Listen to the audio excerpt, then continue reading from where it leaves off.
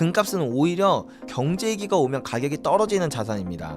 각 투자자들이 요즘에 레버리지를 많이 쓰기 때문에 그 레버리지가 청산당하는 과정 가운데서 금뿐만 아니라 주식, 다른 자산들도 다 같이 가격이 하락하는 캐시런 현상이 나타나고요. 그래서 금 가격엔 안 좋은 영향을 미치면서 금 가격이 한 20% 정도 하락했던 역사가 있기 때문에 내년을 바라볼 때 뜨거울 수 있는 부분들도 있지만 한 가지 리스크라고 한다면 경제위기로 인해서 금 가격이 20% 정도 하락할 여지가 있다. 금은 달러로 표시가 되어 있어요. 그 말은 즉 금 가격이 20% 정도 하락해도 막 원달러 환율이 2배, 3배 이렇게 치솟기 시작하면은 국내 금 가격은 이제 폭등을 하는 모습이 나타난다.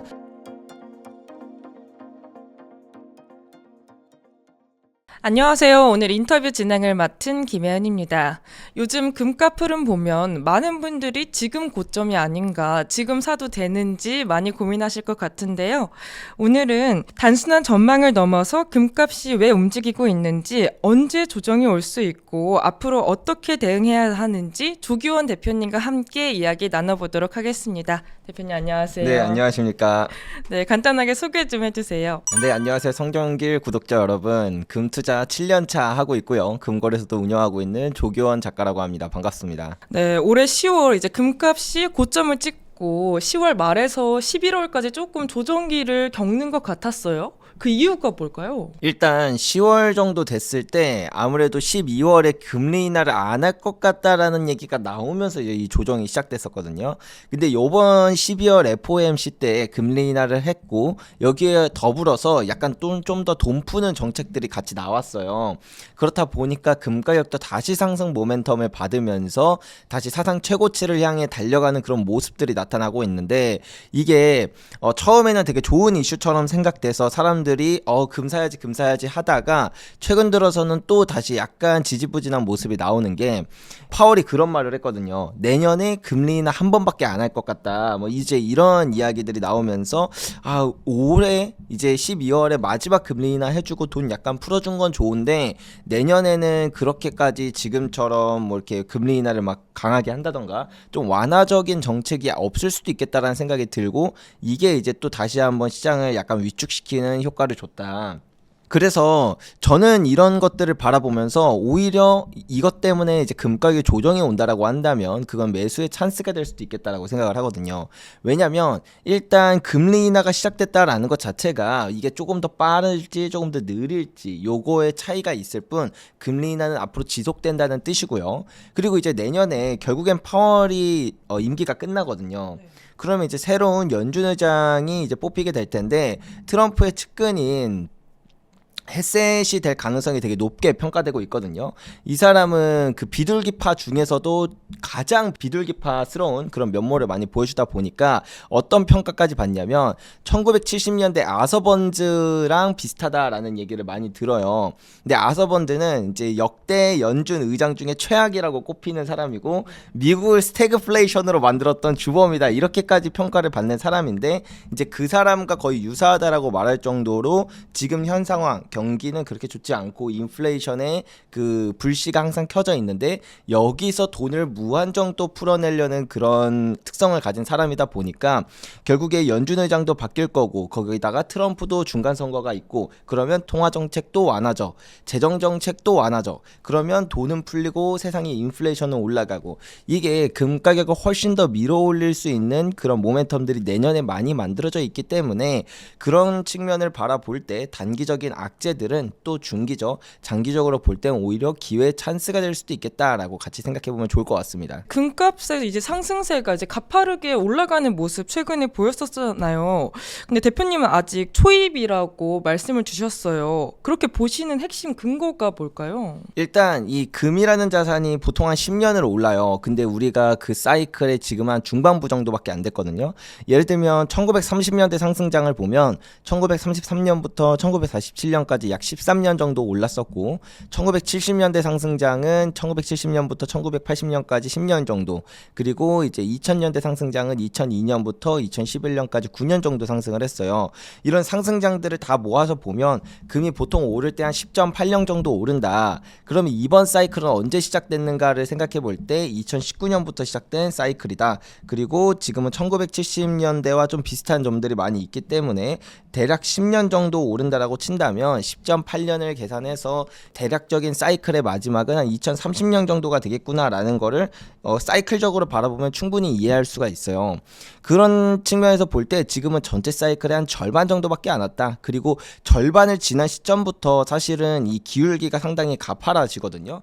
금 투자 사이클들을 보면 70년대도 그렇고 그 다음에 2000년대도 그렇고 초반부에서는 이 기울기가 이렇게 약간 횡보하면서 서서히 올라가는 그런 모습을 보여주다가 중반부를 지나가는 시점부터 기울기가 가파라지기 시작하고 이제 후반부에 되면은 정말 드라마틱한 그런 상승세가 나온다. 이런 부분을 생각해 볼 때 지금은 전체 사이클의 중반부를 지나갔지만 근데 진짜 본격적인 상승이라는 건 사실은 지금부터 나올 수 있는 그런 모든 환경이 만들어졌고, 그래서 실제로 작년에도 거의 한 해에 40%, 올해도 거의 60% 가까운 상승이 나타났던 거다. 그러니까 본격적인 상승장이 시작되는 초입은 지금이라고 볼 수도 있겠다. 이렇게 말씀드릴 수 있는 거죠. 그럼 지금까지의 상승은 완만한 상승이고 이제부터는 가파른 상승을 조금 더 기대해봐도 되는 부분일까요? 네, 맞습니다. 이제는 중반부를 지나 이제 후반부로 달려가고 있는 그 언저리에 있어요. 중반부에서 이제 갓 지난 수준이기 때문에 여기서부터는 진짜 드라마틱한 상승세가 많이 나옵니다. 그리고 실제로 보통 이렇게 전체 사이클의 한 중반부쯤에 경기 침체가 오는 일들이 되게 많거든요. 예를 들면 1930년대는 1941년에 이제 조정기가 한번 있었고, 그다음 1970년대는 1975년에, 그리고 2000년대는 2008년에 이렇게 경기 침체가 한 번씩 나타났는데 그 이후에 그 경기 침체 때는 또 돈 엄청 많이 풀잖아요. 지금 안 그래도 돈 푸는 사이클에 만약에 지금 경기 침체까지 온다라고 한다면 그러면 여기서 돈이 어마어마하게 많이 풀리면서 안 그래도 가파르게 오르고 있는 그 금의 상승세를 더욱더 훨씬 더 뜨겁게 만들어줄 요인으로 이제 잔재해 있다, 이렇게 생각하시면 될 것 같아요. 그럼 내년에 이제 파월이 사퇴하고 또 스태그플레이션이 만약 겹치게 되면 금의 시세에 더 시너지를 주게 될까요? 그쵸. 우리가 이제 대략적인 사이클을 보면 한 2000년대 같은 경우에 금 가격이 7배 정도 올랐거든요. 근데 금이 언제 가장 많이 오르냐면 경제 상황이 정말 다양한 경제 상황이 있지만 그 중에서도 스태그플레이션일 때 가장 빛나는 자산이 바로 금이에요. 대표적으로 예를 들 수 있는 게 이제 1970년대인데 그때 스태그플레이션 기간 동안 금 가격이 그 전체 사이클의 한 26배 정도 상승을 했었습니다. 그리고 1930년대도 사실은 스태그플레이션이라고 볼 수도 있거든요. 그 금리는 되게 낮고 인플레이션은 높은데 경기 침체가 오랜 시간 동안 유지됐다 보니까 그때는 이제 근본이제 시기라고 해서 국가가 금 가격을 그냥 공식적으로 고정시켜 놨던 시기이기 때문에 한 2배 정도밖에 안 오른 것처럼 보여지는 거지. 그 당시에 이제 경제 지표라던가 그다음에 이제 다른 몇 가지 지표들을 확인해 보면 그때도 최소한 진짜 30-40배 정도 올랐겠다라는 부분들을 이해해 보면서 지금 스태그플레이션에 대한 우려도 있고요. 그리고 역사적인 시기가 이제 1970년대나 혹은 1930년대랑 되게 비슷하기 때문에 그런 점들을 미루어 볼 때 이번 상승 사이클은 뭐 고작 한 10배 정도 오르고 끝나는 사이클이 아니라 어쩌면 20배 혹은 그보다 더 많은 상승이 일어날 수 있는 그런 시기와 되게 닮아 있다. 이런 부분까지 우리는 생각해 볼 필요가 있는 거죠. 그리고 이제 글로벌 중앙은행들이 이제 달러 대신에 금을 계속 매입하고 있다고 들었어요. 이게 어느 정도 수준이고 이 트렌드가 언제까지 지속될 수 있을까요? 일단 우리가 이 포인트 정말 잘 말씀해 주셨는데 여기를 되게 집중해 봐야 돼요. 각국의 중앙은행들이라고 하는 건 통화 정책을 담당하고 있고 그 다음에 화폐를 관장하는 기관이잖아요. 그런 가장 스마트머니고 가장 경제 상황과 그 다음에 화폐의 가치에 대해서 예민한 그 집단이 달러를 버리고 금으로 가고 있다라는 건 정말 큰 어떤 세기의 변화다, 이렇게 생각을 해볼 수가 있거든요. 일단 어느 정도를 사느냐를 먼저 보면 2010년부터 지금까지 단 한 해도 빠짐없이 금을 사고 있습니다. 그리고 2022년부터는 1년에 거의 1000톤씩 역사상 가장 높은 수준의 금 매입을 매년 이어가고 있는 이런 흐름이 나타나고 있는데요. 그래서 지금 전 세계 중앙은행들이 모은 금의 양이 어느 정도냐면 2차 세계대전 때보다 더 많습니다. 그 당시에는 금을 돈으로써 쓰던 있던 시기였어요. 근데 지금은 금을 돈으로 쓰지 않는 시기임에도 불구하고 그때보다 더 위험하다라고 생각하는 거죠. 각국의 중앙은행들은 달러가 위험하다. 우리가 갖고 있는 화폐의 가치도 좀 위험하다. 그러니까 이것들을 빨리 금으로 바꾸고 있는 이런 흐름이 나타나고 있다. 이렇게 생각하시면 되는데 여기에 이제 하나 더 얹어서 요즘에는 금을 단순히 중앙은행들이 모으는 것뿐만 아니라 이것을 결제 수단으로서 활용하려는 그런 움직임도 많이 보이고 있어요. 대표적으로는 이제 브릭스 국가들을 예를 들 수 있는데 브릭스는 브라질, 러시아, 인도, 중국, 남아공 이 5개 국가가 합친 그런 연합체라고 생각하시면 되거든요. 이제 신흥국들이 이렇게 합쳐서 어떤 그 달러에 대항하고자 그 달러만 이제 너무 독재적인 그런 체제니까 여기에서 좀 대항하고자 하는 그런 취지에서 만들어졌는데 이게 과거에는 그렇다 할 활동들이 별로 없었어요. 근데 이제 2020년 들어서 이 흐름들이 완전히 많이 넘어가고 있습니다. 일단 회원국들을 보면 아까 전에 5개국 말씀드렸지만 2023년에 6개국이 추가로 정회원으로 등록이 됐고요. 2024년에는 이제 파트너 국가가 10개가 더 추가되면서 엄청나게 빠른 속도로 확장하고 있다. 이 브릭스 국가들이 점점점 더 빠르게 확산되는 가장 큰 이유는 달러의 가치가 빠르게 무너지고 있다. 거기다가 이제 달러가 신뢰를 잃고 있다. 이 두 가지 의미가 크거든요. 이 두 가지 의미 때문에 각국의 중앙은행들은 금으로 도망가고 있고 각국의 또 이제 여러 가지 다른 많은 국가들이 브릭스에 편입되면서 혹은 브릭스와 이제 교역을 하면서 금이 담보가 된 화폐 시스템을 만들고 달러에서 벗어난 결제 시스템을 만들고 이렇게 세상이 점점 다극화로 가고 있다. 이 포인트는 세상이 점점 더 불안정해질 거라는 뜻이고요. 그리고 이 과정 가운데서 인플레이션이 고착화될 가능성이 높기 때문에 그게 금 가격을 더욱더 크게 밀어올리는 요소로서 앞으로도 더 진행될 그런 환경이 만들어져 있다. 이렇게 생각하시면 될 것 같아요. 이제 대표님 말씀을 들어보면 2030년까지는 금값이 이제 계속해서 오를 것 같은데 그러면 이런 가격 폭등에 가장 강력한 변수가 있다면 뭐가 있을까요? 가장 강력한 변수가 있다면 아무래도 제가 생각했을 땐 오히려 경제 위기일 수도 있어요. 그러니까 이 전체 사이클에서 사실은 이게 너무 큰 흐름이라서 이게 하루아침에 어차피 변할 수는 없거든요. 이 큰 흐름이 바뀌는 거는 어렵고 이 과정 가운데서 단기적으로 좀 더 가파르게 오를 수도 있고 단기적으로 좀 큰 조정이 나올 수도 있어요. 그러면 그 단기적으로 나올 수 있는 큰 조정의 가장 큰 원인이 되는 게 뭐냐라고 하면 금이 안전자산임에도 불구하고 오히려 경제 위기가 금 가격을 크게 조정시킬 수 있는 요인으로 남아있다. 제가 아까 전에 그런 말씀 드렸잖아요. 이 금이 전체 사이클 중에 한 중반부쯤에 이제 큰 조정기가 한 번씩 온다고 1930년대에는 1940년, 41년 이때 조정기가 왔었고 1970년대에는 1975년, 2000년대에는 2008년 이렇게 조정기가 왔었는데 전부 이제 확인을 해보면 그 전체 사이클의 한 중반부쯤에 그런 조정기가 왔었다. 그럼 그 조정기가 왜 나타났는가를 보면 결국에는 경기 침체, 더 나아가서 경제 위기 때문에 조정기가 왔다라는 걸 알 수가 있거든요. 요즘에는 경제 위기가 보통 디플레이션, 그러니까 물가가 떨어지면서 경제 위기가 오는 경우가 되게 많아요. 그러면 금은 인플레이션 자산이기 때문에 디플레이션에서는 약간 매력도가 떨어지는 부분도 있고 여기에 얹어서 요즘에는 투자자들이 레버리지를 많이 쓰기 때문에 마진콜의 영향으로 강제로 이제 금도 이제 처분되는 그런 현상 때문에 금 가격이 많이 떨어진다.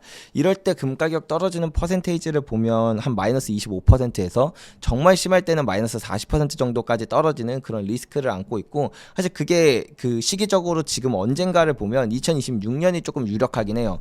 내년에 중간 선거도 있고 열심히 돈 풀 거라서 사실은 경기 침체가 오기에 그렇게 적합하냐라고 하면 적합하진 않지만 경제는 안 좋은데 돈을 풀어서 스태그플레이션 같은 상황이 나타날 수는 있거든요. 그러면 이제 만약에 스태그플레이션처럼 나타난다라고 한다면 금가격이 뜨겁게 오르겠지만 만약에 이제 그것과는 좀 다르게 경기 침체가 좀 크게 와서 2008년 글로벌 금융위기처럼 온다라고 한다면 마이너스 25% 정도까지 하락할 수 있는 여지가 있다. 그렇기 때문에 우리는 그 두 가지 모두 다 어느 정도 생각을 하면서 금을 조금 적립식으로 꾸준히 모아가는 그런 움직임을 하는 게 좋지 않을까라는 생각도 말씀드리고 싶습니다. 그럼 만약에 하락의 시나리오가 온다면 대표님은 그때 더 많이 사실 생각이신가요? 그래서 저는 어떻게 생각을 하고 있냐면 이제 조정이 온다라고 하면 금 가격이 보통 일반적으로 한 마이너스 20% 정도 때 떨어져요. 2008년에도 그랬고 코로나 팬데믹 때는 그거보다 좀 덜 떨어졌는데 아무튼 그렇게 하락을 하는데 이제 중요한 점은 그게 국제 시세 기준으로 그렇게 하락한다는 거지. 이 금이라는 건 달러 표시로 되어 있다 보니까 우리나라에서는 국내 금 가격이 폭등하는 현상이 나타나거든요. 일단 그렇게 안전자산으로 돈이 몰리다 보니까 실물 금에 대한 프리미엄이 붙는다는 거. 그리고 두 번째는 원달러 환율이 치솟다 보니까 국제 금 가격이 떨어져도 국내 금 가격은 폭등하는 현상이 나온다라는 거. 그래서 저는 그냥 금을 최대한 많이 보유하고 있는 거고, 만약에 진짜로 2026년에 이제 큰 경기 침체가 와서 조정기가 뭐 다양한 자산군에서 다 같이 조정기가 왔다라고 한다면, 그때 저는 금을 팔아서 훨씬 더 저렴해진 은을 살 생각도 가지고 있습니다. 그리고 이제 또 비트코인이 디지털 금이라는 이야기가 있는데 요즘 움직임을 보면 되게 다르게 움직인다는 느낌이 들어요. 이게 두 자산의 본질적인 차이 어떻게 생각하실까요? 일단 비트코인 같은 경우에는 금이랑 원래 다른 자산이 맞습니다. 가격 자체가 예전부터 상관성이 있었던 적이 거의 없어요. 금이라는 게 일단 인플레이션을 해지하는 게 제일 큰데, 이제 비트코인이 어떤 데이터를 보더라도 인플레이션을 해지한다는 데이터는 없거든요. 그런 부분들도 그렇고, 그 다음에 금이 가장 반대의 성격을 가진 자산이 뭔가라고 하면 그건 주식이 아니라 오히려 달러거든요. 근데 이제 비트코인은 어떤 자산이랑 가장 상관성이 높은가를 보면 나스닥이랑 상관성이 되게 높아요. 그러면 주식과 그 다음에 금, 이 두 가지를 비교했을 때 상관성이 어떤가를 이제 생각을 해보면 되는데, 이 둘은 상관성이 없습니다. 반대로 가는 것도 아니고 따라가는 것도 아니고 그냥 독립적으로 움직인다, 이렇게 알 수가 있거든요. 따라서 비트코인과 금은 되게 다른 자산이라는 걸 데이터만 봐도 알 수가 있고, 조금 더 본질적으로 들어가면 비트코인 같은 경우에는 투명성이 가장 큰 매력입니다. 비트코인이 처음에 세상에 나왔을 때 이제 블록체인이란 시스템을 세상에 이제 꺼내 들면서 나왔거든요. 블록체인은 누군가가 강제로 조작할 수도 없고, 그렇기 때문에 믿을 만하다, 신뢰가 있다, 그리고 그렇게 투명하기 때문에 누구나 신뢰할 수 있다라는 부분이 비트코인을 떠받치는 가장 큰 기둥이에요. 근데 금은 완전히 반대의 성격을 가집니다. 금 같은 경우에는 내가 한번 금을 취득하기 시작하면 그 뒤에 유통 경로를 누구도 알 수 없고 누구도 통제할 수 없기 때문에 매력적인 자산이거든요. 그래서 한 개인도 혹은 기관도 그리고 국가조차도 금이 통제할 수 없는 자산이기 때문에 외환보유고에 담아놓고 곳간에 넣어두는 거예요. 비트코인과 금은 속성이 되게 다르고, 그렇기 때문에 각자의 매력도로 이제 가격이 상승하는 요인이다. 그래서 금과 비트코인을 비슷한 측면을 바라보고 투자를 하면 그게 투자에 썩 좋은 성과를 내기가 어려울 거예요. 아, 그러면 대표님은 비트코인을 아예 안 하시나요? 그렇죠. 저는 비트코인을 아예 안 가지고 있는데, 사실 미래를 본다고 할 때 전 블록체인에 대한 시스템, 그리고 그 블록체인 기반의 가장 중심에 있는 비트코인이 매력적이라고 생각을 해요. 하지만 제가 확신을 가지고 투자할 수 있는 건 금이기 때문에, 그래서 저는 금과 은에 제 모든 걸 걸었습니다. 아, 그럼 금 이야기로 다시 돌아와서 2030년에 그럼 금값 어디까지 예상하고 계시는지 궁금해요. 고점이 어딘지를 예상할 수는 없지만 대략적으로 어느 지점 이상을 지나갈지는 알아볼 수가 있어요. 금이라는 자산이 거의 역사가 5,000년이 되다 보니까 그 과정 가운데 되게 많은 폭등의 역사들이 있거든요. 그래서 그 폭등의 역사들을 종합해 보면 결국에 하나의 공통점이 나와요. 그 국가가 지금까지 발행했던 화폐의 양과 지금 보유하고 있는 금보유량, 이 두 개가 일치되는 수준 이상까지는 올랐다라는 걸 알 수 있다. 미국 같은 경우에도 1933년에 이제 금가격이 재평가되면서 이제 기존에 발행했던 화폐의 양과 금보유량이 일치되는 수준까지 금가격이 올랐다라는 걸 알 수가 있고, 1970년대 같은 경우에는 자유시장 경제에 따라 금가격이 올랐기 때문에 이게 1대1로 맞춰지는 순간을 지나 그 뒤에 이제 버블까지 형성되면서 어마어마한 상승이 나타났거든요. 이런 것들을 이제 지난 100년의 미국의 역사만 봐도 그런데, 사실 각국의 다른 역사들도 다 보면은 비슷한 공통점이 있다. 즉 이거를 이제 기반으로 봤을 때 우리는 화폐의 개념을 어디까지 열어둘 거냐에 따라 사실 금가격이 달라지긴 해요. 보통 해외 전문가들 같은 경우에는 M2, 그러니까 광의 통화를 기준으로 이야기를 하거든요. 조금 더 넓은 범위의 돈, 그러니까 은행에서 대출을 받거나 뭐 예적금 뭐 이런 것들 포함해서 이제 다양한 금융 상품들까지 보는 게 이제 M2, 그리고 더 나아가면 M3인데, 근데 이제 저는 가장 보수적이고 그 중에서 가장 보수적인 화폐의 단위인 M0를 기준으로 봅니다. 그냥 국가에서 발행한 화폐의 양 딱 그 정도. 이거를 기준으로 봤을 때 금 가격은 대략 1온스당 21,000달러, 그러니까 우리나라 돈으로는 돈당 한 320만 원 정도는 넘어서야 된다라는 걸 알 수가 있습니다. 지금 돈당 한 88만 원? 80만 원 정도 80만 원 정도 되죠. 네. 그럼 몇 배나 뛰는 거죠? 한 그러니까 최소 4배 이상은 올라가야 된다라고 보셔야 돼요. 네.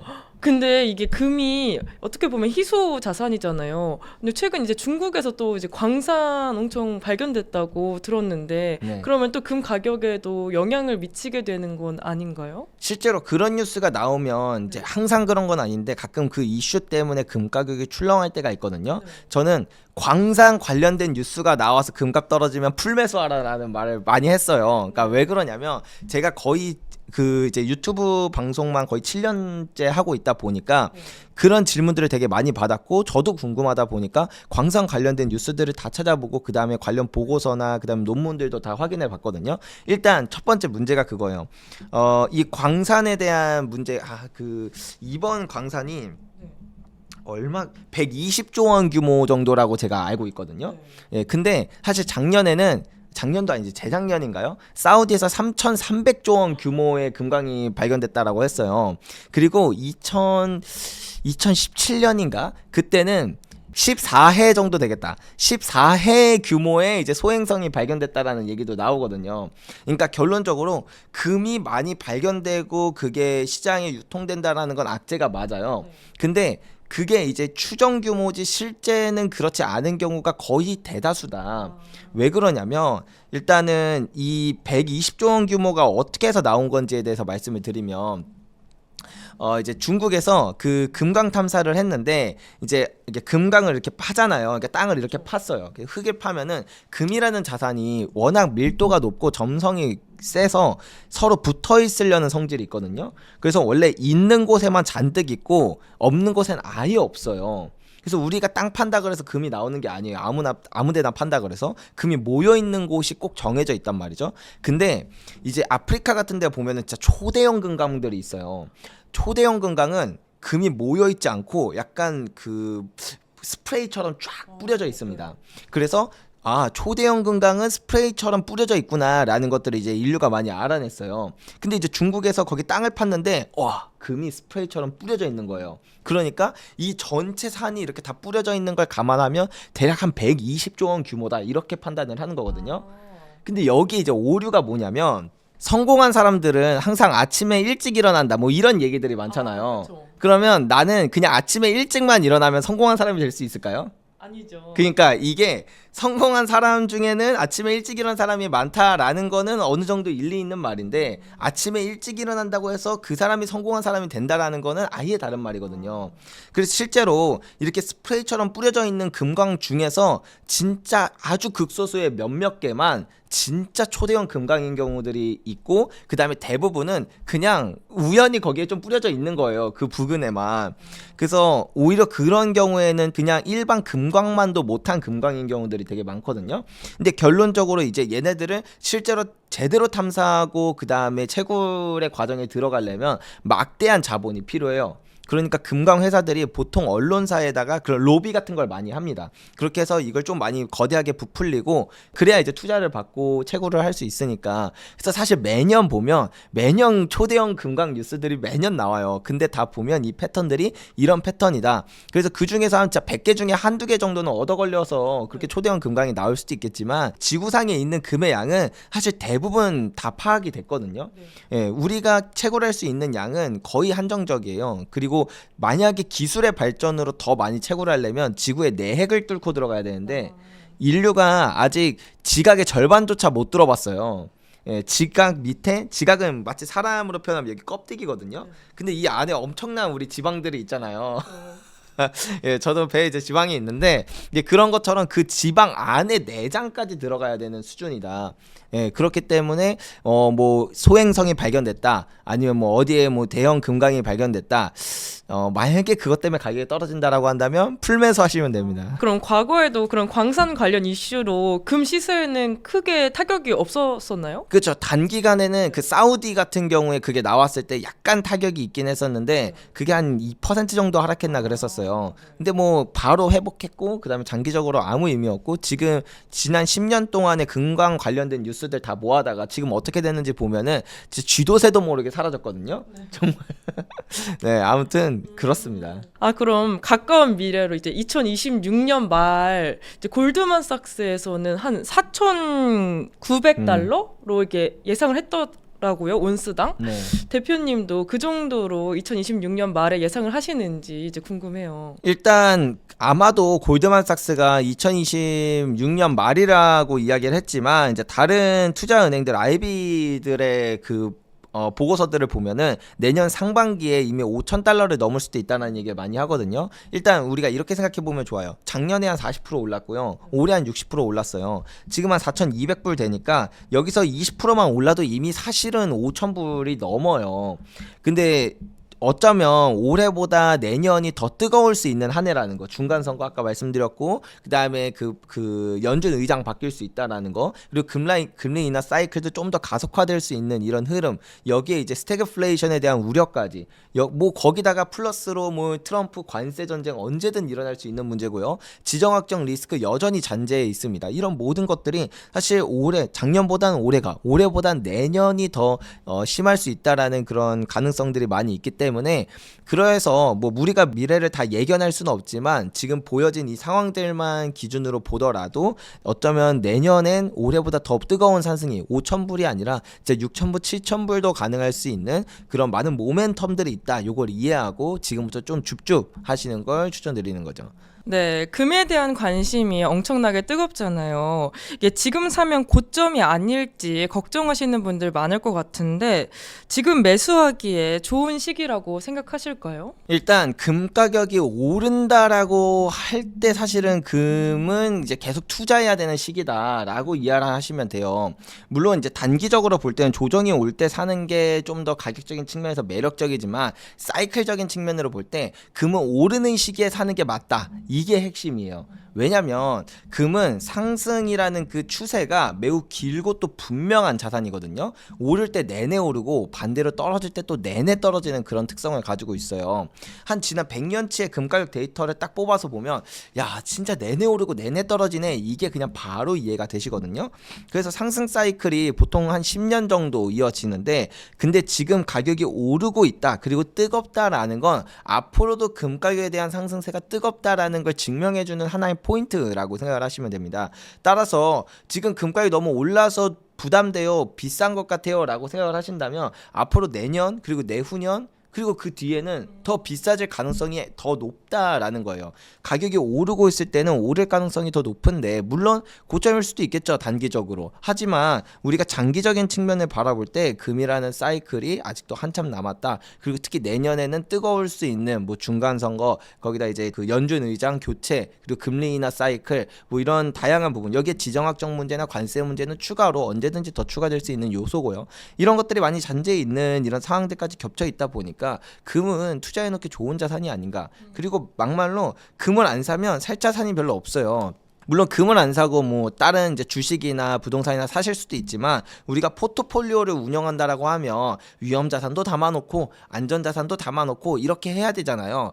뭐 물론 이제 우리나라 사람들은 이제 좀 공격적으로 가는 성향도 있지만 그래도 어느 정도의 안전 자산을 담아둔다라고 할 때 결국 안전 자산은 금 아니면 달러예요. 근데 달러가 과연 올해보다 내년보다 내후년이 더 매력적인가를 생각하면 아주 단기적으로는 그런 상황이 나타날 수 있어도 중기적 그리고 장기적으로 볼 때 그렇게 매력적인 자산은 아니다. 앞으로 달러 훨씬 더 많이 풀릴 거고요. 미국의 부채 1년에 2조씩 늘어요. 그리고 이제 각국의 중앙은행들 달러를 버리고 이미 금으로 가고 있고요. 미국 국채 안 사주는 걸 넘어서 팔고 있습니다. 가장 많이 보유했던 중국도 이제 절반 수준으로 줄였고, 그 다음에 일본 같은 경우에도 작년 3분기에만 한 600조 원 넘는 규모를 이제 일본 투자자들이 매도를 했어요. 이런 부분들을 볼 때 달러가 과연 올해보다 내년, 그리고 내년보다 내후년이 더 가치가 있을까, 혹은 가치가 떨어질까, 이걸 생각해 본다라고 한다면 금이 이 긴 추세 동안 달러 대신해서 투자할 수 있는 거의 유일한 투자처다라는 걸 이해할 수 있다시피,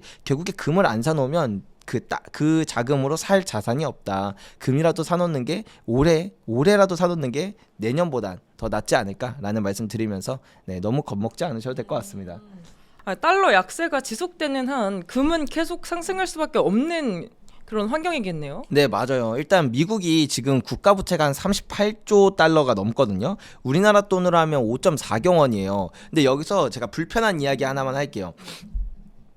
우리가 정부가 빚이 얼마다, 뭐 몇 경원이다, 이런 얘기 하다 보면은 이게 처음에 막 몇 천억 이럴 때는 야, 이거 나중에 어떻게, 뭐 이거 어떻게 갚으려고 막 이런 생각도 하는데, 이게 조가 넘고 경이 되니까 그냥 숫자 같다라는 생각을 많이 하게 되잖아요. 왜 되게 남일 같고. 근데 자, 국가의 빚은 누가 갚아야 되는 빚일까요? 국민? 네, 맞아요. 원래 국가의 빚은 국가가 갚아야겠죠, 당연히. 네. 근데 국가가 돈을 어떻게 버냐면, 국가는 세금 걷어서 돈 벌어요, 당연히. 그러니까 결국엔 국민들이 갚아야 될 돈이다. 자, 우리나라 얘기도 해야 되지만, 그냥 우리가 금값을 보려면 좀 더 큰 경제를 봐야 되니까 미국의 얘기를 한번 해볼게요. 미국이 아까 말씀드렸던 것처럼 5.4경원 정도의 빚이 있어요. 이거는 결국엔 우리가 갚아야 될, 우리가 아니죠, 뭐 미국인이 갚아야 될 빚인 거죠.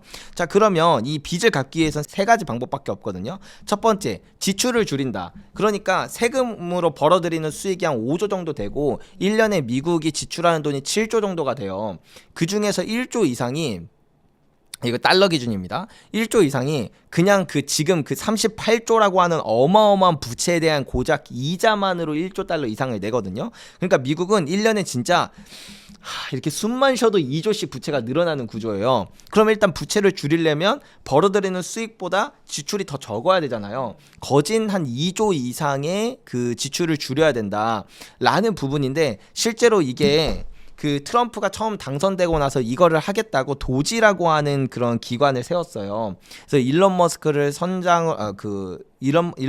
선두로 세우고, 그 다음에 이제 1년에 2조씩 지출을 삭감하겠다라고 이렇게 선언을 했거든요. 근데 실제로는 어려워요, 그게. 지출을 삭감한다라는 건 어떤 특정 부분에서 돈을 빼는 건데, 복지 정책을 줄인다? 이거 뭐 거의 자살 행위죠. 예, 그리고 뭐 국방비를 줄인다? 그러기도 쉽지 않고요. 지금 지정학적 문제가 많으니까. 돈을 줄일 곳이 없는 거예요. 결국에는 돈을 조금이라도 줄였으면은 뭐 말이라도 안 하는데, 오히려 재정 적자가 훨씬 더 커졌어요. 그리고 도제 프로젝트 완전히 망했고 없어졌거든요. 국가가 규모가 이 정도로 커지면 사실은 지출을 줄이는 건 되게 어렵습니다. 그건 정치인 입장에서, 정치인은 표를 받아야 이제 당선이 될 수 있는 구조인데, 표를 얻기에 지출을 줄인다라기보다는 오히려 내가 복지 정책도 해줄게, 복지도 늘려줄 거고, 뭐 여기 도로도 깔아줄 거고, 뭐 이것도 해주고 저것도 해줄게라고 하는 정치인이 당선되기가 훨씬 더 쉽겠죠, 표를 얻기가. 그래서 지출을 하기가 쉽지 않습니다. 그럼 두 번째 방법은 뭐냐면, 세금을 늘려야죠. 지출이 7조다? 그러면 세금을 8조 걷으면 되겠다 라고 하면 되는데, 근데 예를 들어서 뭐 소득세를 올린다라고 하면은 그거는 또 마찬가지로 국민들의 반발을 살 확률이 크잖아요. 그래서 보통 이때 정치인들이 뭘 하냐면 부자들한테 돈을 뺏어서 갚겠다라는 얘기를 많이 하거든요. 근데 이게 실제로 어려워요. 왜냐하면 그렇게 뭐 법인세도 올리고 부자 증세를 많이 하다 보면 그 부자들이 다 해외로 다 도망을 가거든요. 공장 들고 다 날라요. 그런 부분들도 있고, 그냥 그걸 제외하고 진짜로 돈을 뺏는다고 해도 어려운 게, 뭐 예를 들면 일론 머스크, 뭐 제프 베조스, 이렇게 부자들 거의 뭐 한 3-4명 진짜 돈 많은 부자들 자산을 다 몰수해도, 진짜 그 부자들 돈을 다 몰수해도 한 2조에서 3조 정도 되거든요. 그러면 얘네 지금 부채가 38조예요. 어차피 3조밖에 못 줄여요. 부자들 재산을 전부 다 몰수한다고 해도. 우리나라 같은 경우에도 국가 부채가 한 4천조 원 정도가 되나? 그 정도 되거든요. 근데 여기서 뭐 우리 이재용 회장님, 뭐 정의선 회장님 뭐 이런 분들 있잖아요. 김범수 회장님 재산을 다 몰수해봐야 한 30조 원에서 40조 원 정도밖에 안 돼요. 그러니까 어차피 그 부자들 돈을 다 뺏어도 부채 문제를 해결하는 데는 하나도 도움이 안 된다. 그러니까 이제 지출을 줄이는 것도 어렵고 세금을 늘리는 것도 어렵다. 그럼 이제 마지막 방법이 뭐냐면 인플레이션을 통해서 이 부채의 가치를 낮추는 방법밖에 없거든요. 이게 뭐냐면 경제학에서는 인플레이션을 뭐라고 지칭하냐면 소리 없는 세금이라고 얘기를 해요. 예를 들어 볼게요. 1,100원짜리 물건이 있으면 이 물건은 1,000원은 이제 그 상품 가격이고 100원이 부가세예요. 근데 물건 가격을 2,200원으로 올렸어요. 이제 물가가 올라서. 그러면 부가세도 2배가 늘어나요. 그러니까 세금이, 그러니까 인플레이션이 올라가면 자연적으로 세금이 많이 거치게 돼요. 뭐든지 가격이 다 올라가니까. 플러스 인플레이션이 발생했다라는 건 그만큼 화폐의 가치가 떨어졌다라는 거거든요. 그러니까 오늘의 1억이 1년 뒤에 1억과 가치가 다르다라는 측면을 생각할 때 가장 많은 빚을 지고 있는 국가가 제일 큰 이득을 얻게 돼요.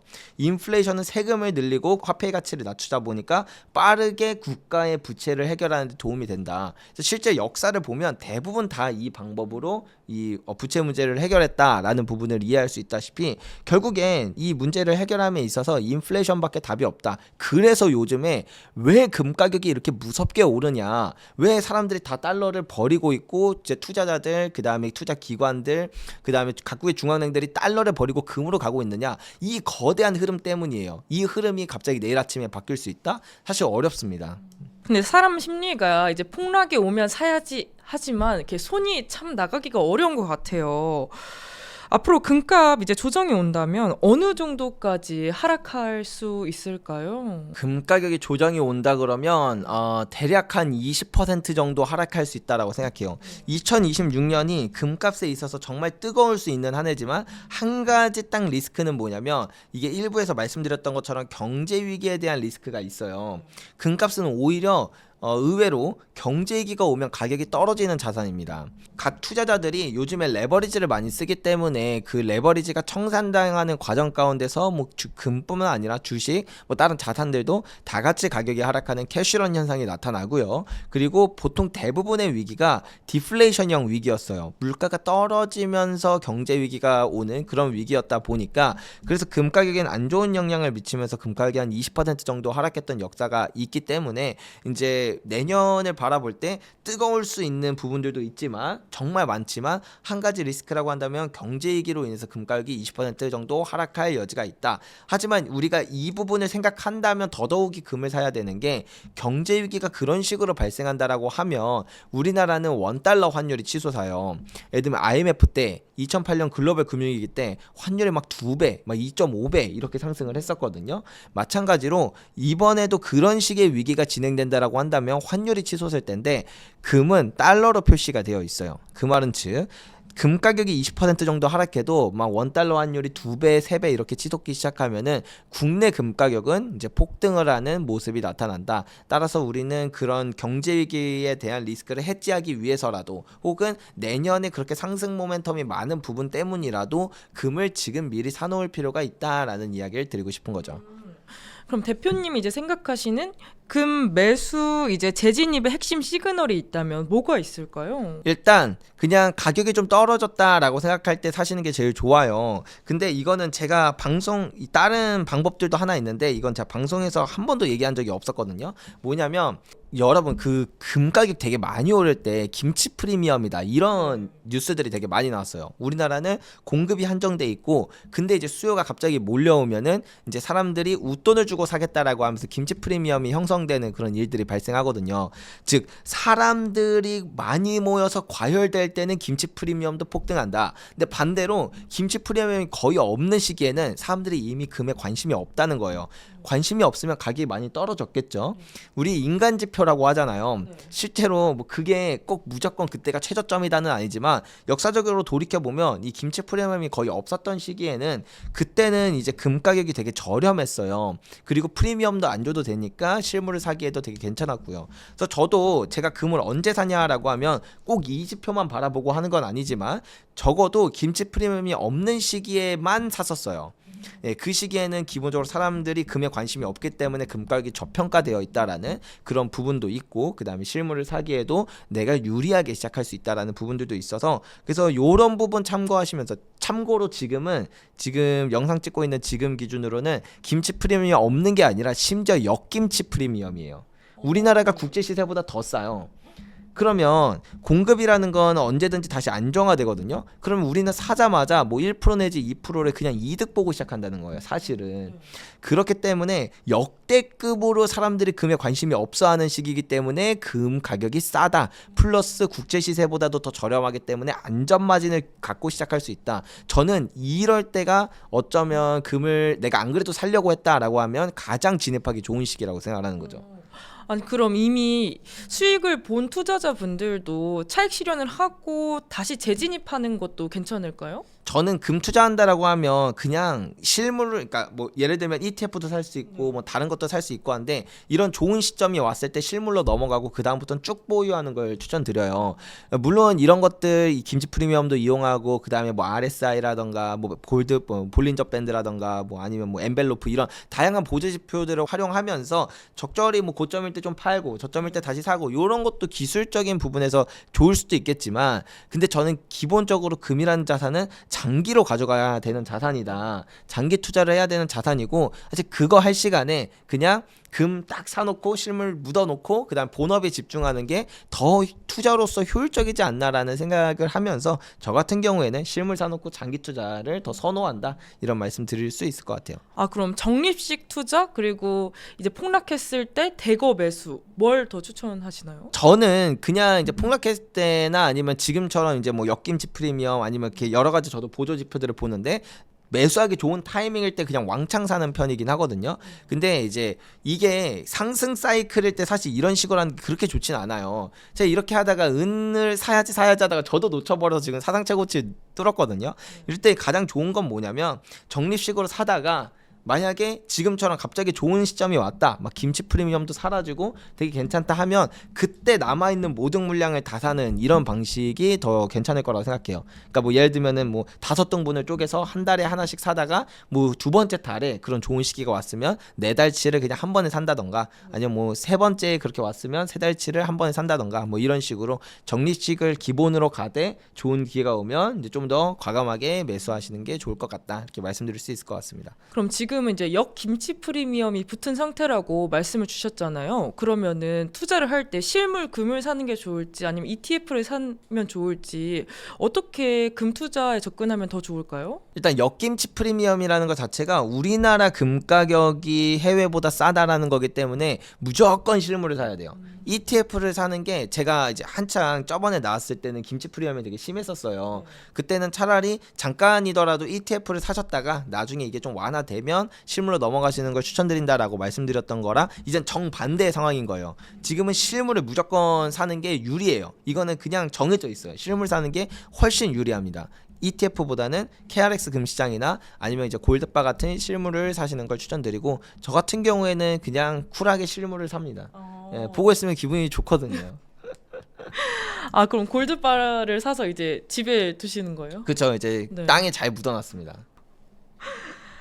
아 근데 이제 금값을 보면 시기적으로 김치 프리미엄이 이제 붙었다가 사라졌다가 이렇게 반복을 하는데, 그럼 금 투자하시는 분들은 그거에 대해서 어떻게 대응을 하면은 좋을까요? 일단 김치 프리미엄을 어떻게 확인할 수 있냐, 이게 제일 궁금하실 것 같은데, 네이버에 금시세라고 치면은 이제 금시세를 두 개를 보여줘요. 하나는 한국거래소 기준으로 보여주고, 옆에 이제 신한은행이라고 되어 있는 게 있거든요. 이 두 개를 한 뭐 일주일에 한 번씩만 확인을 해보시면 제일 좋아요. 확인해봤을 때 그 한국거래소라고 되어 있는 게 그냥 실물 시세다, 뭐 그런 식으로 생각하시면 좀 편하실 거고, 신한은행으로 되어 있는 게 국제 시세다, 이렇게 판단을 하시면 되거든요.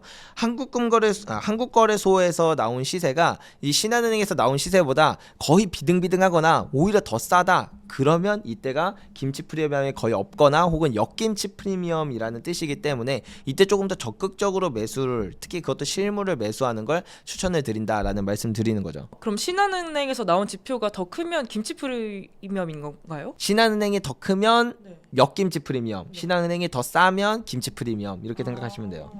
근데 그 이유가 있을까요? 신한은행이 발표하는 건 이제 그 우리가 흔히 ETF라고 하잖아요. 그걸 이제 스팟 프라이스라고 하는데 그걸 이제 기초 자산으로 따라가다 보니까 그냥 국제 시세에서 결정된 시세를 그냥 공시를 하는 거예요. 근데 이제 한국거래소 같은 경우에는 KRX 시세를 기준으로 하는데 KRX는 우리나라에서 실물을 사서 한국 예탁원에 실제로 보관을 해야 되거든요. 그렇다 보니까 국내 실물 금시세에 가장 잘 따라가는 가격 지표다 이렇게 생각을 하시면 돼요. 따라서 한국거래소 지표가 일반적으로는 신한은행 지표보다 더 비싼 게 맞아요. 한 1% 내지 2% 정도 더 비싼 거는 정상적인 거고 이때 정도 되면은 금을 충분히 사셔도 괜찮다. 근데 이것보다 더 떨어졌다. 뭐 거의 0% 그냥 차이가 없다. 그러면은 매수하기 진짜 좋은 거고 이게 심지어 한국거래소 시세가 신한은행 시세보다 더 낮다 하면은 역김치 프리미엄 사실 사놓고 가만히만 있어도 금 가격이 하나도 변하지 않아도 그 차익만큼 가격이 나중에 다시 붙기 때문에 안전마진 추가적인 수익을 더 얻을 수 있다라는 거죠. 아, 그럼 지금 시점에서 금하고 현금 비중 어느 정도로 가져가면 좋을까요? 금하고 현금 비중 저 같은 경우에 현금을 거의 안 가지고 있어요. 물론 이제 금을 사기 위해서 현금을 모아놓긴 하는데 모이면 전부 다 금을 사요. 진짜 생활비 몇 개월치 한 3개월치 빼고 저는 다 금 사거든요. 그렇게 하는 이유가 앞으로 우리나라도 그렇고 미국도 그렇고 내년 우리나라도 이제 그 지방선거 있죠. 그 다음에 미국도 중간선거 있고 그 다음 연준 의장 바뀌고 각 전 세계 모든 글로벌 국가들이 금리 인하 사이클로 접어들다 보니까 결국에는 화폐의 가치가 올해보다 내년 그리고 내년보다 내후년이 훨씬 더 빠르게 떨어질 가능성이 높다라는 걸 생각해 볼 때 굳이 현금을 보유하고 있는 것 자체가 저한테는 리스크라고 생각을 하는 거예요. 차라리 금을 보유하고 있는 게 훨씬 더 안정적인 포트폴리오겠다라고 생각해서 저는 현금 비중을 아예 안 갖고 있습니다. 또 최근엔 이제 은값이 금값 상승률을 앞지르면서 최고가를 경신하고 있는데요.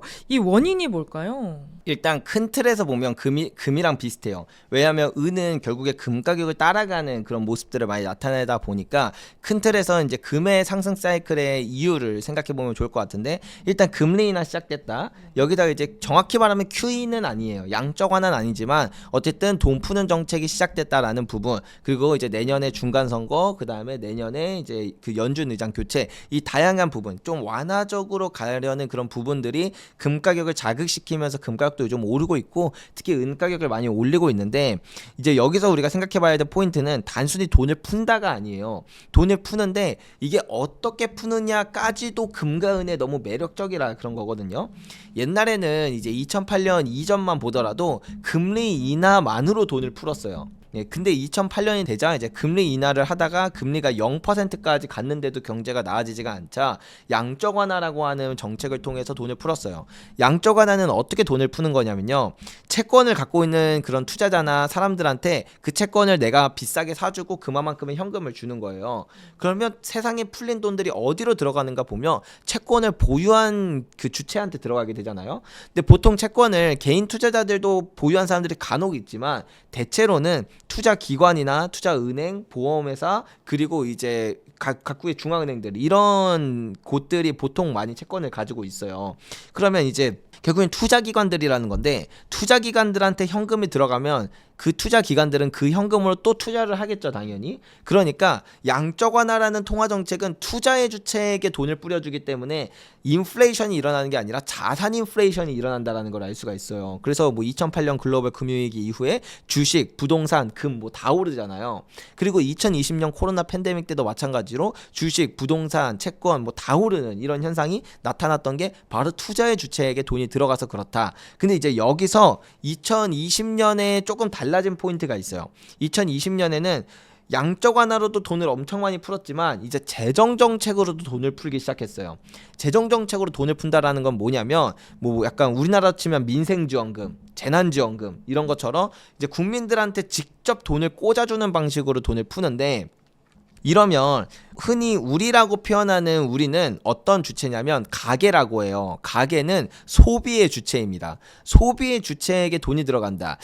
민생지원금 받은 걸로 뭐 하셨어요? 저요? 떡볶이 사 먹었어요. 저도요. 엽기 떡볶이 저 좋아하거든요. 네. 그래서 엽기 떡볶이를 사 먹었다. 네. 그러니까 우리는 소비의 주체이기 때문에 그렇게 들어온 돈들은 소비로 쓰여요. 그러면 소비로 쓰인다는 건 당연히 인플레이션을 가장 직접적으로 자극시키겠죠. 이번에도 통화 정책도 있지만 재정 정책도 또 같이 풀리면서 돈이 풀린다라는 거, 2020년 코로나 팬데믹 때처럼 그렇게 풀린다라는 부분을 우리가 집중해 본다면 어쩌면 2008년보다도 그리고 2020년보다도 2026년이 돈 풀고 인플레이션이 자극되고 금과 은에 더 집중돼서 돈이 몰릴 가능성이 크다라는 것들이 있다 보니까 금도 요즘에 다시 상승 추세로 좀 돌아서는 모습이 나타나고 있고 은도 따라서 오르고 있다. 근데 여기서 이제 좀 더 은이 많이 올랐다라는 포인트가 있거든요. 금은 사실 아직 사상 최고치를 돌파를 못했어요. 그 근처까지만 같이 돌파를 못했는데 은은 사상 최고치를 돌파한 걸 넘어서 50불이거든요. 사상 최고치가 거기서 20% 이상 더 오른 60불까지도 돌파를 했어요. 그럼 왜 이렇게 많이 올랐냐? 이거는 은에 조금 더 특별한 이슈가 있어서 그래요. 은은 일단 기본적으로 전체 수요에서 절반 이상이 산업재로 쓰이는데 그 이유가 모든 원소들 중에서 전기 전도율이 가장 높기 때문이에요. 그래서 이제 흔히 이제 전기전자공학에서 많이 쓰이는 게 구리인데 구리가 이제 은보다는 싸니까 구리를 많이 썼던 거지. 요즘에는 되게 다 모든 것들이 첨단화되고 있어요. AI 5G, 그다음 뭐 전기차, 모든 것들, 그다음에 이제 군사나 우주 장비 쪽도 훨씬 더 첨단화되다 보니까 은의 사용량이 미친 듯이 급증하는 거예요. 여기서 요즘에 AI 붐이 크잖아요. 그렇다 보니까 데이터 센터가 엄청나게 확장되면서 이 데이터 센터는 전기 먹는 하마라고 불리거든요. 여기서 은의 사용량이 미친 듯이 급증을 하는 거죠. 자, 이 측면에서 볼 때 은의 산업 수요는 매년 사상 최고치를 뚫고 있어요. 근데 문제는 은의 공급이 부족하다라는 거예요. 은은 캐고 싶다 그래서 많이 캘 수 있는 자원이 아니에요. 은도 금과 마찬가지로 귀금속이에요. 지구상에 되게 한정된 자원이고 그렇기 때문에 은이 되게 부족하다. 근데 심지어 지금 캘 수 있는 은의 양이 20년도 안 남았어요. 20년 뒤면 사실상 은 고갈이거든요. 그렇다 보니까 생산량은 점점 줄어요. 근데 산업 수요는 매년 사상 최고치를 기록하고 있다. 여기 측면에서 이미 전 세계에서 가장 큰 금거래소들, 예를 들면 이제 런던의 금시장이라던가 뉴욕의 상품거래소, 그리고 이제 상하이 금거래소, 이 세 군데를 보면 은의 재고가 미친 듯이 줄어들고 있습니다. 아직 고갈나진 않았지만 미친 듯이 줄어들고 있다. 이 포인트. 그래서 이게 이렇게 계속 줄어들다가 이제 상하이 금거래소는 10년 내 최저치까지 왔어요. 코맥스는 올해 이제 실물 인도 요구량이 이제 계약건만 보면은 전체 재고의 절반이 날아가게 될 그런 상황까지 몰려 있다. 그렇다 보니까 물론 이게 그 코맥스, 그러니까 뉴욕 상품거래소 측에서는 아니다, 그냥 서버 잠깐 오류다라고 얘기를 하긴 했지만 은 가격이 63불 정도를 돌파할 때 그때 10시간 정도 서버가 아예 다운돼 버렸거든요.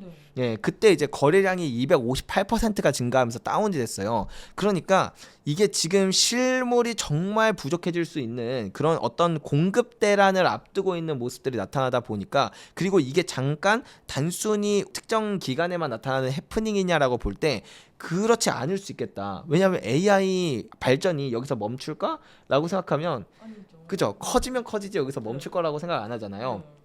군사 장비가 여기서 멈출까? 지정학 문제가 다 끝날까? 그렇지 않을 거예요. 이제 우리나라도 그 다음에 각국의 이제 뭐 독일 같은 경우도 보면은 다 군사비 지출을 오히려 늘리고 있는 상황이거든요. 이런 전체적으로 큰 사이클을 볼 때 은의 사용량은 앞으로 올해보다 내년보다 내후년이 훨씬 커질 텐데 문제는 공급을 해결할 방법이 아예 없다는 거예요. 이런 측면에서 은의 상승세가 요즘 더 무섭고 앞으로 사실은 은이 훨씬 더 많이 오를 수 있는 모멘텀들이 바로 이런 거기 때문에 그래서 훨씬 더 매력적이고 큰 상승세가 요즘 들어 두드러지게 좀 나타나기 시작했다, 이렇게 보시면 될 것 같아요. 아, 그럼 은이 금보다 더 빠르게 상승하는 이유가 산업재로서 소비되는 측면이 있기 때문이라고 해석을 하면 될까요? 그렇죠. 그리고 원래 그냥 기본적으로만 생각을 해도 은이 금이랑 똑같이 오르고 똑같이 떨어지는데 시장 규모가 10분의 1로 작아요. 그렇다 보니까 은이 원래도 금보다 한 1.5배에서 2배 정도 변동성이 더 높거든요. 금 오를 때 한 2배 정도 더 많이 오른다고 생각하시면 돼요. 근데 여기에 얹어서 공급 문제 터졌지, 거기다가 이제 산업 수요 폭발하지, 이런 부분들이 같이 겹치다 보니까 은의 상승세가 요즘엔 더욱더 두드러지게 나타나려는 그런 시작점에 있다, 이런 부분을 이해하시면 될 것 같습니다. 아, 그럼 은도 약간 금처럼 금광이나 은광이 있는 건가요? 보통은 이제 일반인 분들은 그렇게 많이 생각을 해요. 은광에서 은을 캔다고. 근데 실제로는 그렇진 않아요. 물론 은광이 없다는 건 아닌데 대부분 은은 어떻게 채굴되냐면 금을 캘 때 부산물로 얻어져요. 그러니까 금을 이제 이렇게 땅을 이렇게 막 1톤 이렇게 파가지고 쫙 굴리면은 그 안에서 이제 금도 나오고 은도 나오고 구리나 아연 같은 것도 나오는 거거든요. 그런 식으로 이제 금을 캘 때 부산물로 얻어지는 게 은이다. 근데 제가 전에도 말씀드렸지만 금이 지금 지구상에 남은 양이 한 5만 8천 톤 정도. 근데 1년에 이제 채굴하는 양이 3천 톤 정도 되거든요. 산술적으로 계산하면 한 18년 정도면은 금이 이제 완전히 고갈나요. 금도 고갈, 은도 고갈. 근데 금은 특히 더 부족하다 보니까 생산량이 급락하고 있다.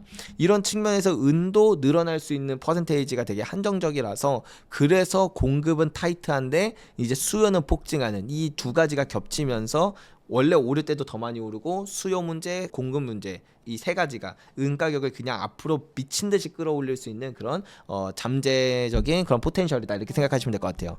아, 근데 산업재로 근데 구리도 있잖아요. 근데 구리는 왜 그만큼 더 매력적이라고 생각을 하지 않으시나요?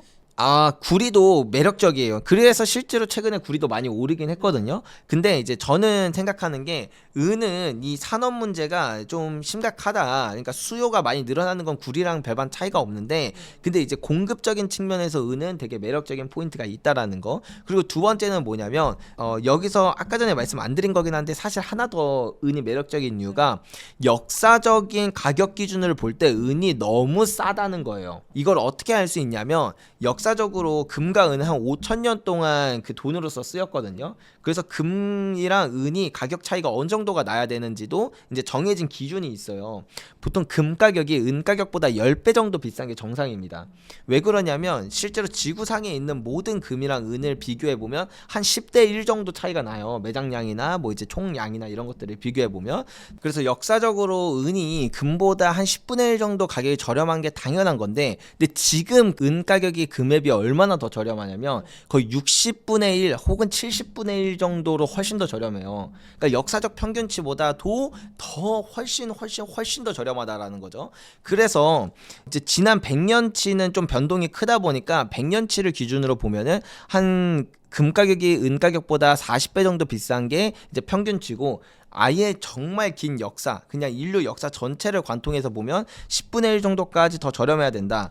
근데 저는 10분의 1까지도 갈 수도 있다라고 생각을 하는데, 근데 이제 대부분 해외 전문가들을 보면은 지난 100년의 평균치인 40 정도까지 내려갈 거라고 보고 있어요. 그렇다는 건 금 가격이 오른 것보다 은 가격은 앞으로 뭐 훨씬 더 많이 오를 그런 모멘텀, 워낙 더 저렴하니까 역사적인 평균치보다 더 저렴하니까 더 많이 오를 수 있는 이런 모멘텀도 있다라고 하면서 요즘 은 가격의 상승세가 더 두드러지기 시작했다 이렇게 이해하시면 될 것 같아요. 그럼 2030년 은값 여기까지 갈 수 있다. 어느 정도 예상하실까요? 제가 이제 일부에서 말씀드렸던 것처럼 금 가격이 최소한 어디를 넘어가야 되는지에 대한 말씀을 드렸어요. 그게 이제 2만 1,000불 온스당 그 정도를 지나가야 되는 건 너무 당연한 수순이다. 역사적으로 그렇지 않은 역사를 찾는 게 더 어려울 정도다라고 말씀드렸던 것처럼 요 정도를 제시해 드렸는데 은은 이거에서 이제 금은비라는 걸 아까 계산해 봐야 돼요. 아까 금 가격이 은 가격에 비해 얼마 정도 더 비싸야 된다고 했죠? 10배 정도. 10배 정도. 그렇다면은 10분의 1로 가격을 나누면 은 가격은 2,100불이 돼야 된다. 라는 건 제 생각인데 이제 이게 지금 가격이 해봐야 60불인데 2,100불이면 거의 30배가 오른다고? 그건 좀 너무 과한데 라고 생각을 하실 거예요. 그래서 실제로 해외 전문가들도 다 저처럼 생각하는 건 아니고요. 대부분은 역사적 평균치인 40대 1 정도가 될 거라고 생각을 하기 때문에 그럼 얘를 40으로 나누면 520불 정도 될 거다. 한 500불 정도 될 거다. 지금 가격 대비 한 8배 정도 더 많이 오를 거다라고 생각하는 게 이제 해외 전문가들의 의견이다. 요렇게 이해를 해보시면 좋을 것 같아요. 근데 은은 이제 금보다 변동성이 더 크다는 리스크가 있잖아요. 은을 투자할 때 특히 유의해야 될 점이 있다면 뭐가 있고 어떻게 대응을 하면 좋을까요? 일단 말씀하신 것 자체로 그 변동성이 사실 대부분 투자자들에게 되게 안 좋은 영향을 미치는 거 맞아요.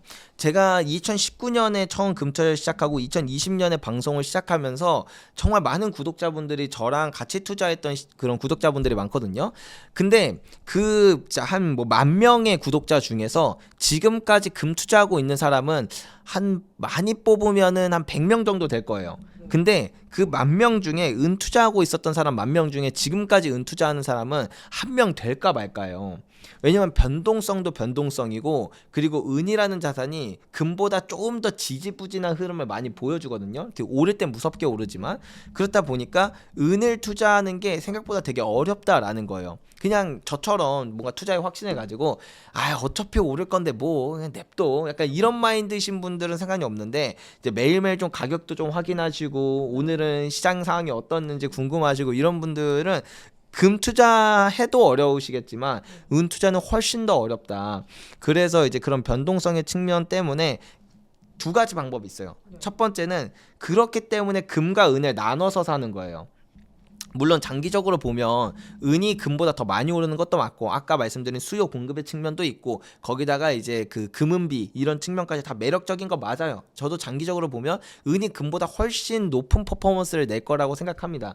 그럼에도 불구하고 얘만 너무 몰빵한다 보면 그런 변동성이나 다양한 시장 상황으로부터 내가 좀 이렇게 흔들릴 수가 있다 보니까 금과 은을 적절히 뭐 7대 3이 됐든 아니면 반반이 됐든 이렇게 나눠서 사놓으시면은 그런 부분을 좀 더 많이 완화할 수 있다. 변동성을 좀 줄여주기 때문에 그런 방법이 하나가 있고 다른 방법은 내가 그 변동성을 견딜 수 있을 만큼만 투자하는 거예요.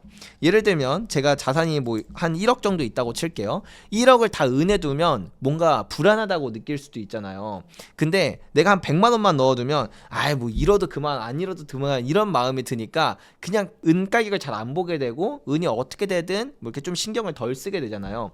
이런 마지노선이 어딘가를 조금씩 그러니까 처음에 뭐 100만 원이 됐든 뭐 1000만 원이 됐든 조금만 투자를 하시고 그 다음부터 조금씩 늘려 나가시면서 내가 그 부담스럽지 않다라고 느끼는 그 어떤 마지노선까지만 포트폴리오를 늘리는 것도 방법이다. 어차피 그냥 확실하게 말씀드릴게요.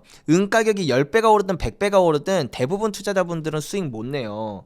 왜냐면 이게 아까 말씀드렸던 이런 포인트들이 내가 진짜 100%의 투자의 확신을 갖고 투자하는 게 아닌 이상 쉽지가 않다라는 거죠. 대표적으로 예를 들면 그 전설의 펀드 매니저인 피터 린치라는 투자자가 있거든요. 그 사람이 운영했던 펀드가 지금도 전설이에요. 마젤란 펀드라고 있는데 그게 13년 동안 투자 수익률이 4,300%예요.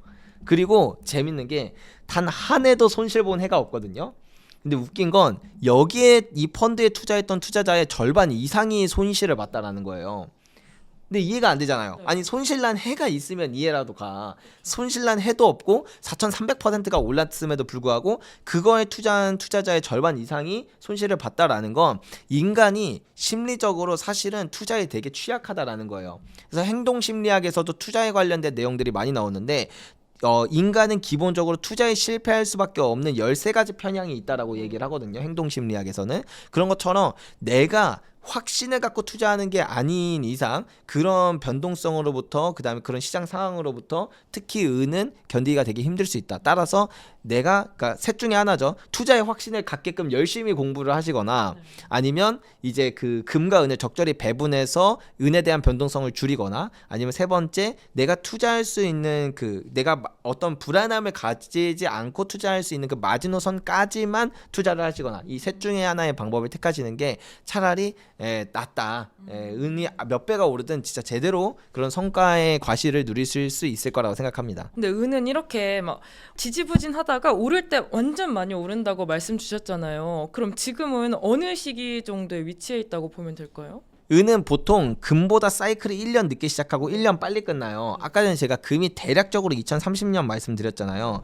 실제로는 이것보다 더 길 수도 있어요. 더 길고 더 높게 올라갈 수도 있는데 그냥 조금 보수적으로 봐서 대략 2030년 정도 될 거라고 바라본다라고 친다면 은은 2029년 정도가 이제 고점일 확률이 높다. 이제 그렇게 이해해 보면 좋을 것 같거든요. 그렇다면 이제 2026년 남았고 2026, 7, 8, 9 이렇게 4년 남았잖아요.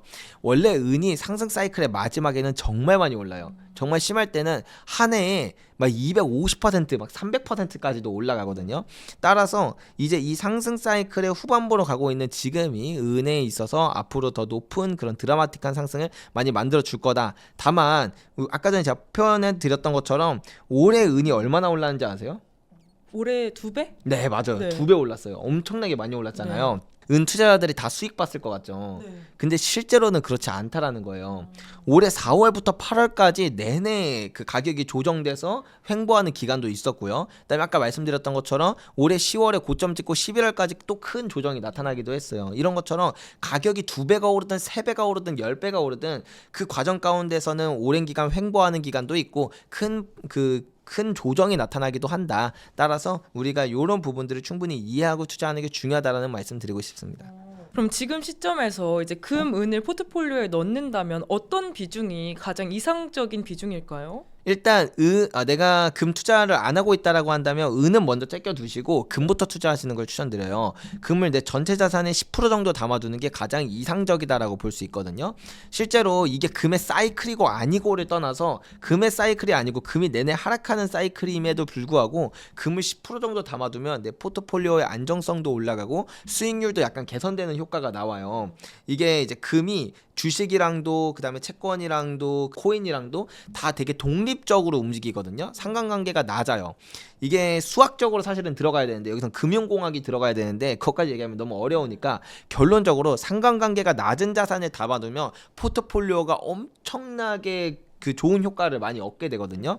그런 측면에서 금을 10% 정도 담아둘 때 가장 이상적이다. 따라서 10% 정도 금을 담아두는 건 기본 베이스로 하시고 그 다음에 내가 금 투자에 대한 확신이 들었다라고 한다면 그만큼 금을 좀 더 늘리시거나 혹은 난 진짜 나도 저 조규현 작가처럼 금이 진짜 많이 오를 거라는 걸 이해했어. 완전히 이해했어 라고 한다면 그때는 은을 좀 같이 담아두시는 것도 방법이 될 수 있겠다. 이렇게 말씀드릴 수 있을 것 같습니다. 그럼 담을 때는 실물 위주로 담는 게 좋은 거죠? 그것도 아까 말씀드렸던 것처럼 결국은 실물이 제일 좋긴 한데 그 상황적으로 잘 이용해야 된다. 예를 들면 김치 프리미엄이 높을 때는 ETF 같은 거를 이용하는 것도 방법이 될 수 있고 혹은 지금처럼 역김치 프리미엄이다. 그럼 묻지도 따지지 말고 그냥 실물 사러 가는 게 진짜 유리하다. 이렇게 말씀드릴 수 있죠. 네, 오늘 조규현 작가님과 함께 금부터 은까지 이야기 나눠봤는데요. 작가님, 그럼 저희 성공의 진심인 구독자분들께 한 말씀만 부탁드려요. 금이 많이 오르고 그 다음에 은이 더 많이 오르고 이런 상황들이 지속되다 보니까 지금은 너무 늦었나 너무 비싸나 이런 생각이 많이 드실 거예요. 근데 우리는 이 금이란 자산이 5,000년의 역사를 가지고 있다라는 건 5,000년이라는 시간이 우리에게 여러 가지 답을 이미 알려줬다라는 거, 그런 것들을 저와 함께 같이 배우시면서 바라본다라고 한다면 저는 아직도 제 눈에 금 가격이나 은 가격이 터무니없을 정도로 싸 보이거든요. 여러분들도 비싸다라고 생각했던 내 시각이 이렇게 바뀌는 경험이 생기셨으면 좋겠습니다. 네, 귀한 말씀 감사합니다. 오늘 저희가 준비한 인터뷰는 여기까지고요. 오늘 인터뷰가 여러분의 투자 전략에 도움이 되셨다면 좋아요와 구독, 알림 설정 잊지 마시고 저희는 다음 인터뷰로 찾아뵙겠습니다. 감사합니다. 감사합니다.